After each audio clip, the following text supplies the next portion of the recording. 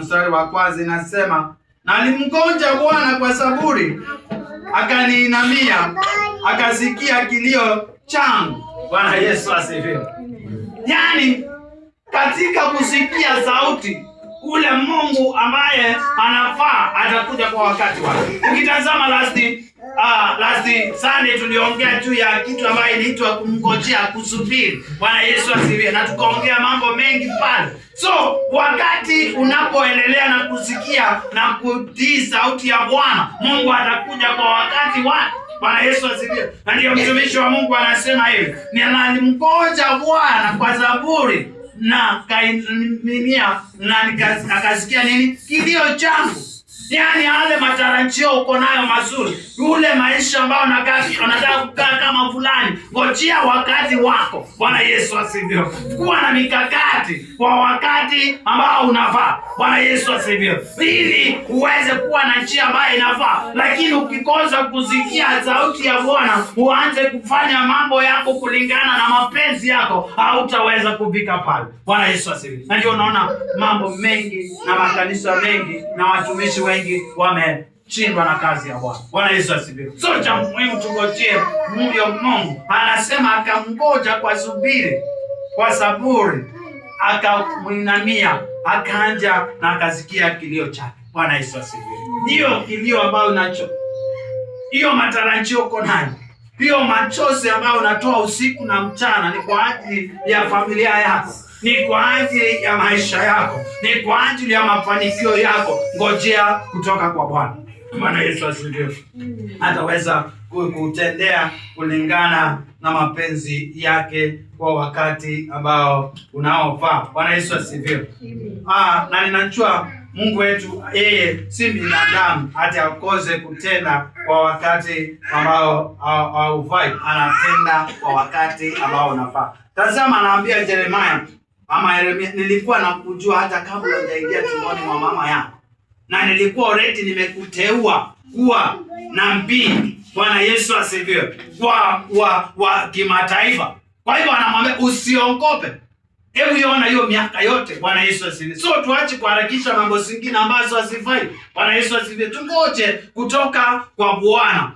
Na tuache kupinga sauti ya Bwana. Bwana Yesu asifiwe. Kwa sababu chenye kinatupinga saa hizi ni kupinga sauti ya Bwana. Ukiambiwa juu ya kazi ya Bwana unaanza kupinga. Ukiambiwa mambo hii unafaa kufanya hivi unapinga. Bwana Yesu asifiwe. Hiyo ndio inaharibu mambo. Unapinga lakini hakuna jambo ambayo inaendelea katika maisha yako. Tujioje katika maisha na mioyo yetu tukaone ni wapi ambapo tulikosea, ni wapi ambapo tuliacha njia, ni wapi ambapo hatuenendi kulingana na sauti ya Bwana, ni wapi hatuenendi na njia ambayo inaofaa. Bwana Yesu asifiwe. Anamwambia huyo mfalme ya kwamba hata mtoto wako, hii yani ilikuwa mipango ama ilikuwa yani inaitwa aje ile, yani ilikuwa tu ni kawaida yenu kupinga watumishi wa Bwana, kupinga mambo. Ilikuwa kawaida yenu tu kupigana na watumishi wa Bwana. Ilikuwa kawaida tu kusema hata hakuna Mungu. Bwana Yesu asifiwe. Anasema hii si kawaida kwao, yani hii si jambo geni kwangu, kwako, kwa sababu ninakujua. Wewe ulikuwa mmoja wa kupinga. Wewe ulikuwa mmoja wa kuwa na moyo ngumu kwa ajili ya kupinga neno la Bwana. Bwana Yesu asifiwe. Unaambiwa leo tufanye kazi ya Bwana, unamwambia tunafanya twende wapi? Na maswali ambayo hayana faida. Bwana Yesu asifiwe. Ikiwa utaki, achana naye. Bwana Yesu asifiwe. Huwezi kufanya mambo ya mtu ambaye hutaki. Tumikia Mungu ambaye anaishi milele. Tumikia Mungu ambaye aliyekuita. Tumika Mungu ambaye unayosikia sauti ya Bwana yake. Bwana Yesu asifiwe. Na ukifanya hivyo utakuwa na sawa. Na fanya kama wewe. Usifanye kama mwingine. Kama maisha yako. Kama maisha ambayo wewe umejiwekea, na usiti kumwomba Mungu ukijua siku moja Mungu atanimfungulia milango. Bwana Yesu asifiwe. Lakini ukiwa mtu ambaye ni wakupinga neno la Bwana, mtu ambaye wakuvusa watu na watumishi wa Bwana, utajua ni nani ambaye ametumwa kwako na utaweza kusikia hiyo sauti. Bwana Yesu asifiwe. Na ndio unaona unaenda unachuka. Ndio unaona unaenda unarudi nyuma. Bwana Yesu asifiwe. Kwa sababu hausikii sauti ya Bwana, unapinga kila sauti. Bwana Yesu asifiwe. Kwa sababu hiyo sauti inaweza kuwa ndio ninasemanga hata ikiwa ni mtoto mdogo kwanza msikize.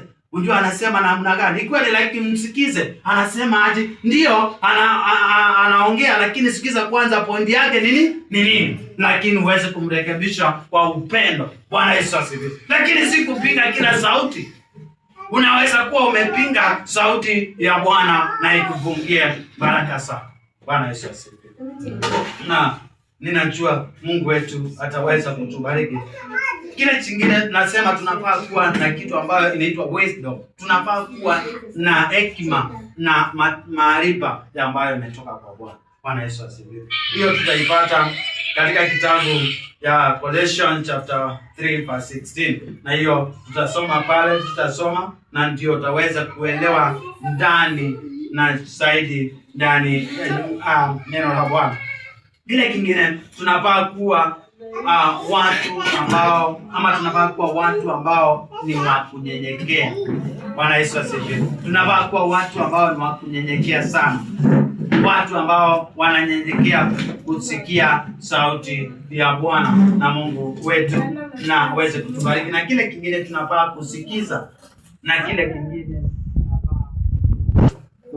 kujipeana mbele za Bwana na tutaweza kuona nguvu zake kila wakati na Mungu wetu ataweza kutubariki. Kupitia kunyenyekea, kupitia kuelewa, kupitia kusikiza, hivyo ndipo utapata kujua ule ukweli. Bwana Yesu asifiwe. Ujue huu ni mhubiri wa ukweli, ujue hilo neno ambayo inahubiriwa ni ya ukweli, ujue hilo neno inaendanisha na ujue zaidi huyu ama hii sauti ni ya kutoka kwa Bwana. Bwana Yesu asifiwe. Lakini kwa unyenyekei na ujipeani kwa Bwana hautaweza kuelewa ule ukweli wa sauti ya Bwana. Utakuwa tu unaenda na ile ama utakuwa unapebwa tu na ninaitwa aje kikamba, utakuwa tu unapebwa tu na yoyote ile, yani ngari yenye inaingia tu hata ikiwa inaenda Machakos unaingia. Ukifika unaanza kumwambia hapana, sikuwa ninaenda, nilikuwa naenda Mwingi. Hapana, nilikuwa naenda Kisumu. Kwa sababu haujasikia sauti ya Bwana na hujanyenyekea. Lakini ukinyenyekea utakuwa unaelewa na unaweza kuelewa ile ngari ambayo inaenda kweli. Naeleweka kweli? Na utaelewa vizuri ile maisha, yani kwa ufupi yale maisha ambayo ama ile sauti ambayo inakuongelesha ni ya kutoka kwako. Na utajua ule ukweli, na utajua kanisa la ukweli, na utajua ule roho ambayo anatumika pale ni roho mgani. Bwana Yesu asifiwe. Lakini ukijiinua hautaweza kuelewa zaidi. Nitasoma Yohana kifungu ya 14 baza Yohana wa 14:26. Inasema hivi. Yohana 14:26 inasema wakati nilipokuwa nikikaa nasema lakini huyo msaidizi, huyo Roho Mtakatifu ambaye Baba atampeleka kwa jina langu atawafundisha yote na kuwakumbusha yote yaliyowaambia. Bwana Yesu asifiwe.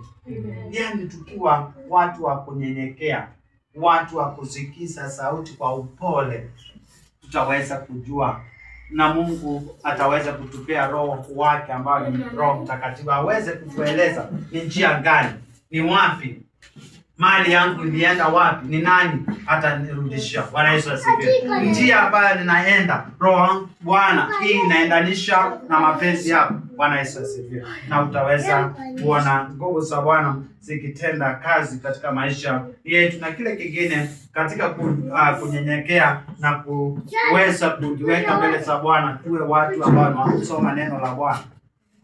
Kupitia kusoma neno la Bwana tutaelewa zaidi Biblia, tutaelewa zaidi juu ya Bwana, tutaelewa zaidi maandiko. Bwana Yesu asifiwe. Na zaidi tutaelewa huyu sauti ambaye anaongea ni wa Bwana ama si wa Bwana. Bwana Yesu asifiwe. Si kuambiwa tu kuja nikuuzie mafuta, kuja nikuuzie maji na ujue hiyo maji imetoka wapi. Bwana Yesu asifiwe. Kuja tu nikupeleke kwa muombaji. Siongei mambo ya waombaji, waombaji ni wazuri. Lakini huyo muombaji unaenda kwake ni mgani? Hii maji inaweza kufanya, hii maji ni wai, inaweza fanya maisha yako ibadilike. Yawe mazuri na yawe mabaya. Bwana Yesu asifiwe. Kwa sababu kitu ya muhimu unafaa kujua kupitia Roho wa Bwana. Hii maji iliwekwa hapa na kanuni gani? Ile angano ziliwekwa mahali hapa ni angano ya kupitia Roho Mtakatifu ama ni angano zingine ambazo ni za kutoka katika waganga na wachawi. Bwana Yesu asifiwe. Ukijua hivyo utakuwa na shida. Lakini ukikosa kujua, tutaambiwa kuja maji, unamwakiwa maji. Kuja nikupea vitambaa, unapewa vitambaa. Kuja badala maisha yako iendelee vizuri, utakuwa mtu ambaye ni wa kuhangaika na mtu ambaye hana hekima na hana akili, anaelewa. Bwana Yesu asifiwe. Lakini ukiwa mtu ambaye ni wa kusoma neno la Bwana, kusikia sauti ya Bwana, Bwana Yesu atakupa Roho wake Mtakatifu uelewe neno lake kwa undani zaidi. Bwana Yesu asifiwe. Bwana Yesu asifiwe. Na kupitia kule kusikiza sauti ya Bwana utaelewa Bwana. Utasikia hii, utasema hii ile ni sauti ya Bwana. Huyo ni mtumishi wa Bwana. Ule si sauti wa Bwana. Ile neno, kwa sababu hii neno unaweza soma na uitransform kwa njia zingine. Bwana Yesu asifiwe. Lakini ukiwa katika Roho ya Bwana utaweza kueleza ile neno la Bwana kwa njia ambayo inafaa. Bwana Yesu asifiwe. Na ninajua vizuri utaweza kuwa watu ambao ni wa kuelewa neno la Bwana, na pia tutaelewa eneo na wakati na majira. Kama wakati kama ukiwa mtu unasikia analia uchumi, utaelewa vizuri unakaa namna gani. Utakuwa unafuata Mungu. Bwana Yesu asifiwe. Kwa sababu hata sasa hizi ukisikia watoto, utakuwa na watoto wanasikia wanakuambia ni kungumu, na ukiuliza ni kungumu hata hawawezi kukueleza kungumu kuko namna gani, kwa sababu wanasikia wazazi wao wakifanya nini, wakiongea hivyo. Lakini ukiwa mtu ambaye ni wa kuelewa Roho wa Bwana, kusoma neno la Bwana, utaelewa wakati na majira ya Bwana. Bwana Yesu asifiwe. Na utakuwa na shida ya kunung'unika. Utakuwa unangojea na kusikia sauti ya Bwana. Na Mungu wetu aendelee kutubariki. Kwa hivyo katika hizo maneno tuendelee kusikia sauti ya Bwana na tuendelee kuwa watu ambao ni wa kujitayarisha kunyenyekea kusikia hilo sauti. Bwana Yesu asifiwe. Na tutaweza kuanguka katika mambo ambayo inatupitia. Kila kingine tunafaa kuwa watu watiifu. Bwana Yesu asifiwe. Neno la Bwana haisikizwi na mtu ambaye si mtiifu. Bwana Yesu asifiwe. Tazama Abrahamu anaambiwa nipelekee mtoto wako ukanitolee nani? Ukanitolee sadaka. Na akawa mtu ambaye mnyenyekevu, akabeba mtoto wake akaenda naye na akampeleka. Bwana Yesu asifiwe. Na kupitia kule kutii, Bwana akamtafutia sadaka ambayo ilikuwa inafaa kuweza kumchinja mtoto wake. Lakini sasa hizi ukiambiwa leta ng'ombe kwa ajili ya kazi ya Bwana, leta tufanye kazi ya Bwana, unaanza kulalamika. Bwana Yesu asifiwe. Cha muhimu nataka tujue siku ya leo ni kule kufanya kazi ya Bwana tukiwa na moyo ambayo ni wa kujitolea, moyo ambao si mgumu, moyo ambao si wa kulazimishwa, moyo ambao si wa kufanya kuwa mgumu.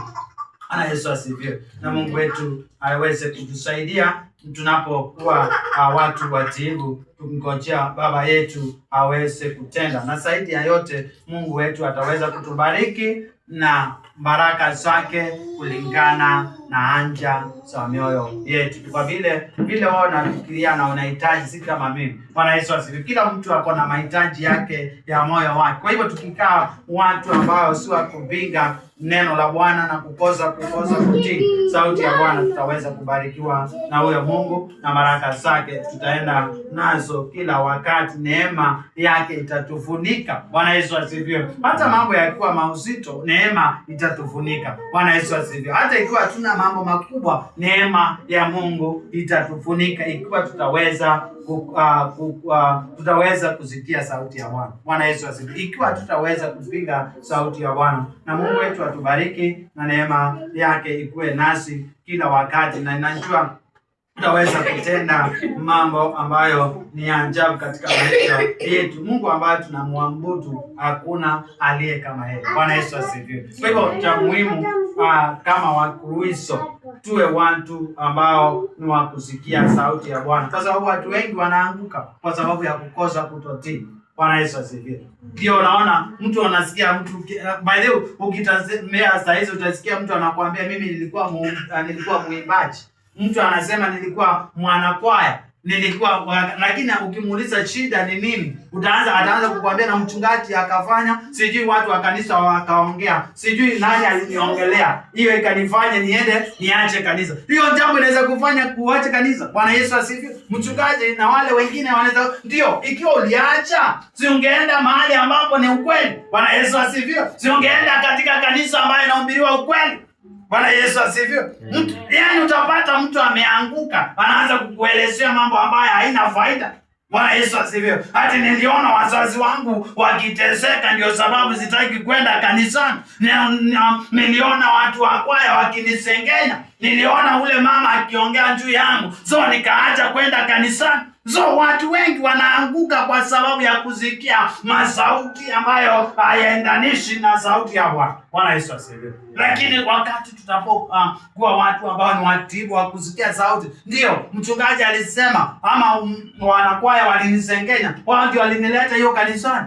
Bwana Yesu asifiwe. Wao ndio ninaimbianga, wao ndio waliniita katika huduma ya Bwana. Unasema no. Na ikiwa si wao waliniita, nitaendelea kumtukuza Bwana. Na ikiwa si wao waliniita na wanakataa na kanisa yao, nitaenda mahali pengine ambapo wanahubiriwa Mungu aliye hai. Bwana Yesu asifiwe.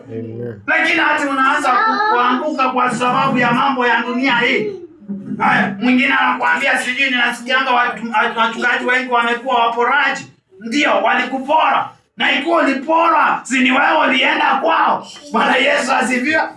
Ukaenda kuambia nimekuja nikanyenyekea, mchungaji niko na shida fulani. Anaanza kukuambia kaa chini. Naambia unaona mambo yako, ule jirani wako ndiye anakufanyia. Ninaona mbingu zikifungwa na huyo mama wako. Ninaona mbingu zikifungwa na ule msichana wako. Ninaona mbingu zikifungwa na ule ambaye ni sister yako. Yaani anakuambia mambo ambayo ni ya kupotosha. Kwa sababu inaandikwa inasema manabii wa uongo watakuwa akiongea maneno ambayo yanalingana na neno la Bwana. So unaangushwa na mtu kwa nini? Ikiwa unamjua Bwana.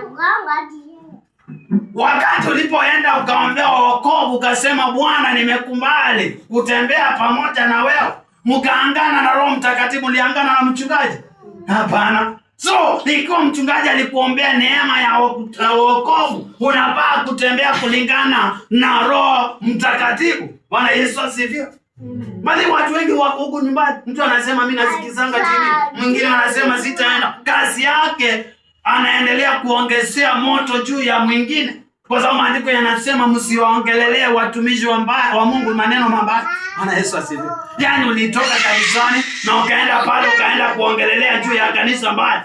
Bwana Yesu asifiwe. So, ikiwa mahali pale ni pambaya, siuombe Roho Mtakatifu akuelekeze kwa njia ambayo inayofaa. Kwa sababu mtu ambaye ameokolewa na Yesu anafaa kukaa ndani ya wokovu wake, akifunzwa mafunzo ya Bwana na Roho Mtakatifu, wakifanya ushirika pamoja na kujenga mwili wa Kristo. Bwana Yesu asifiwe. Kama vile tulivyo. Tumemaliza saa hizi tujenge, tumnunulie Bwana vyombo. Bwana Yesu asifiwe. Kwa sababu ya ule upendo na ushirika wa Mungu. Bwana Yesu asifiwe. Ikiwa hakuna ushirika, utafanya nini? Na baadaye tumeshindwa na watu wa dunia. Saa hizi tungekuwa tunaenda ngone mwetu, tungekuwa watu wengi. Kila mtu anasema nitakununulia chupa 5, alafu nitakupea 10,000. Bwana Yesu asifiwe. Nikupeleke ukalee mke wako. Lakini ukiambiwa mambo ya kazi ya Bwana, unasema hao wachungaji tu ni kwenda kukula kazi pesa ya Bwana. Sasa hapa mimi hata mkiniletea ni Isa nyumbani kwenda kuiwa. Unaona? Bwana Yesu asifiwe. Acha nisiongee mimi. Nataka point ya kwamba tujue ya kwamba ikiwa tunamjua Bwana tufuate sauti ya Bwana. Na ikiwa unaona pale ile njia ninaenda si mzuri, usiende. Bwana Yesu asifiwe. Usiende, ilikuwa ni mimi usinifuate. Fuata mwenye ambaye atakupeleka mbinguni. Bwana Yesu asifiwe. Kwa sababu utaenda usikie watu wanasema, sijui wale wamama wao wananiongelea, yule mke wake ananiongelea, ama niliona watu wanavaa nguo mbaya. Sasa nguo mbaya na roho yako, ni nani atakupeleka mbinguni? Bwana Yesu. Benison, wewe nimevaa skati ndogo, si ndio? Unasema unatoka kwa sababu niniona nivaa skati. Ni nani atahukumiwa? Si ni wewe? Wewe ulikuja hapo kwa sababu ya skati ama ulikuja kwa sababu ya kutumika kwa Bwana? Ulikuja kwa sababu ya kutumika kwa Bwana.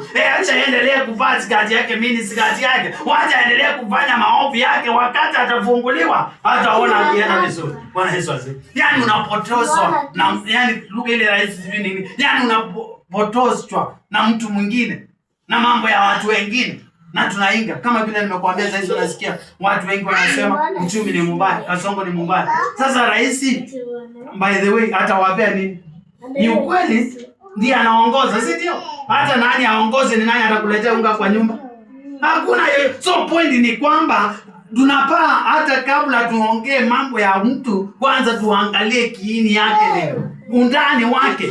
Ndio Jonathan maisha yake iko namna gani? Anamfuata Yesu, anaenda pamoja na njia ambayo inafaa. Bwana Yesu asifiwe. Na usisahau tunaongea juu ya watu wengi wanapotea kwa sababu ya kukosa kutii sauti ya Bwana. Bwana Yesu asifiwe. Nilikuwa mwimbaji wa kwaya, nilikuwa mama kanisa, lakini niliacha kwa sababu niliona mama mwingine ananiangalia macho mbaya. Doris, mtu akikuangalia pale kwa plot na hapo kwa nyumba yake macho mbaya, itamfanya ukose kuja kwa nyumba yako. Na ni nini? Kwa sababu gani tunapotea kanisani? Kwa sababu gani tunapotea kutumika kwa Mungu? Tunaanza kuongea mambo hana faida. Hata watumishi wachungaji wamekuwa wakora. Na sawa, wako wakora. Na ikiwa ni wakora, unaenda kwao kufanya nini? Ikiwa umekuwa mtu ambaye ni wa kusoma neno la Bwana, kusikia sauti ya Bwana na kuifuata, utaenda kuwa mtu mkora. Utaenda kulingana na roho wa Bwana. Bwana Yesu asifiwe. Na kanisa ambayo inaabudu Mungu katika roho na kweli. Bwana Yesu asifiwe. Watu ambao kwa vilabu sasa wanajua vile tunaendelea mahali hapa. Kwa sababu ushirika wao uko pale, waliamka na wakaenda. Na ukikaa vibaya wanakushika mkono, mnaenda pamoja na wanakuingiza kule. Bwana Yesu asifiwe. Lakini upendo kanisani umekosa. Upendo kwa ndugu dada umekosekana. Lakini tukitaka kufanya mambo maovu tutafanya. Mtu akiambiwa saizi aniue, atatoa milioni nikufe. Lakini akiambiwa fanya kazi ya Bwana ama twende tukafanye kazi nzuri, hataweza. Bwana Yesu asifiwe. Tukienda kwa ngono mwitu ambaye si mbaya, utaona wanaenda vizuri. Bwana Yesu asifiwe. Lakini akiambiwa toa shilingi yako ufanyie Mungu kazi, hautaweza. Swali, ni nani anakuamsha kila usiku? Ni nani amekupea afya kila wakati? Wengine wanaenda kazi usiku na wanarudi. Bwana Yesu asifiwe. Watoto wako wanaenda shule, wanarudi salama. Lakini kuna mtu saizi amepeleka mtoto wake shule na hayuko, ameletwa nini? Ameletwa sanduku ya maiti. Lakini wewe mtoto wako anaenda vizuri. Hata saa zingine ujuange ako wapi. Bwana Yesu asifiwe. So huyo kwa Mungu ambaye anatulinda na anatulindia familia zetu, kwa nini tusimtumikie? Kwa nini tunamtumikia tukiwa na mkono ambayo tunakunja? Bwana Yesu asifiwe. Hili kanisa hata tuifanye, nitakuwa mahali hapo kwetu ni wingi, nitaiacha na niachie wale ambao wanaendelea na roho ya Bwana. Bwana Yesu asifiwe. So tunafaa cha muhimu tuelewe kazi ya Bwana. Bwana Yesu asifiwe. Hezekia akaambiwa utakufa. Na akangeuka kwa ukuta akamwambia Bwana, kumbuka vile tulikuwa tunatembea pamoja na wewe. Na kulingana pale akaambiwa nimekurejeshea miaka 10. Swali kwangu na kwako. Wewe saa hizi Mungu akikwambia utakufa, utamwambia ni nini umemtendea? Bwana Yesu asifiwe. Utamwambia umemfanyia nini? Bwana Yesu asifiwe. Yaani uende mbele za Bwana hivi ukiwa na confidence, yaani ukiwa chua. Umwambie Mungu, hakika fikiria vile nilikufanyia kazi. Bwana Yesu asifiwe. Utasema nini katika maisha? So maisha yetu tuweze kuwa maisha ambayo ni ya kusoma neno la Bwana, kufuata sauti ya Bwana na kuitii kila wakati. Na tuachane na mambo ambayo hatujui vile. Bwana Yesu asifiwe. Niliona wengine juu, mtu anakuja na kuambia kanisa ni mbaya. Bwana Yesu asifiwe. Tusikizane. Kanisa ni mbaya. Hilo kanisa unaendanga mchungaji anakaa akamwambia maneno yake yote na huyo akakubali. Na wakati alipokubali, mwenye anamwambia mchungaji kanisa ni mbaya, aendaki kanisa. Mtu anamwambia mchungaji ni mbaya, aendaki kanisa. Sasa wakamtoa kwa kanisa, wakaenda kukaa kwa vlogi, wakaanza kuzengenya watu. Huyo mtu akili yake ni mtu anafikiria ama ni mtu ambaye haijui vile anafanya. Bwana Yesu asifiwe. So tunafaa kuwa watu ambao wanaelewa na kusikia sauti ya Bwana. Cha tatu, kile cha muhimu, tunafaa kuwa watu ambao wako na msimamo. Bwana Yesu asifiwe. Familia yako huwezi kujenga bila msimamo. Kanisa la Bwana liwezi kujengwa bila msimamo. Neno la Bwana liwezi kusimamishwa bila msimamo. Watu watakuja, hata tukitoka hapo mtu anakuuliza, wewe unaenda kanisa wapi? Mwanze kumwambia, atakwambia maneno yake. Lakini ukiwa na msimamo wako hautaweza kutingikika. Bwana Yesu asifiwe. So tunafaa kuwa watu ambao wako na msimamo tunapoendelea kutii sauti ya Bwana, tunaposikiza sauti ya Bwana, tunaposoma neno la Bwana na tunapoitafakari. Bwana Yesu asifiwe. Hatutaweza. Hautapata watu huku nje wakisema nilikuwa muimbaji, nilikuwa mshirika wa kanisa fulani, na swali kwa nini uliacha? Anaanza kukuelezea maneno ambayo haina faida katika maisha yako. Kwa mtu ambayo unaelewa, na ukielewa hautaweza baadhi. Watu wengi wanaweza kufunga baraka zao, anakuambia usiende, lakini hapo ndipo ungeweza kubarikiwa. Bwana Yesu asifiwe. Usifanye, kumbe nyota yako ilikuwa pale. Bwana Yesu asifiwe. Ndio inaambianga mtu kiambiwa ama aenda mahali pengine, enda, inaweza kuwa baraka zako ziko pale. Bwana Yesu asifiwe.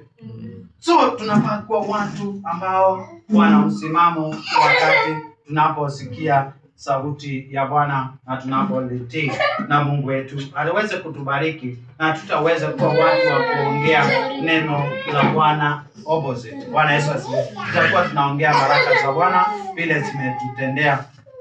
Kwa ajili hayo wacha tuombe. Mwenyezi Mungu Baba, katika jina la Yesu Kristo, asante ni kwa sababu ya neno lako ambayo imekuja kwa njia ambayo inayofaa.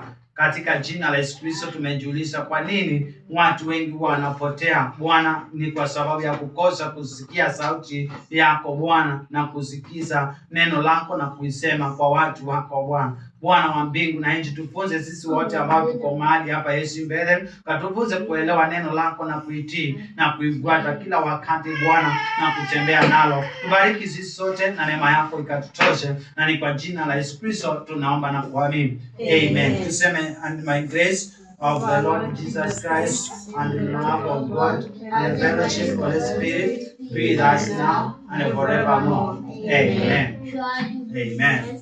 Barikiweni sana.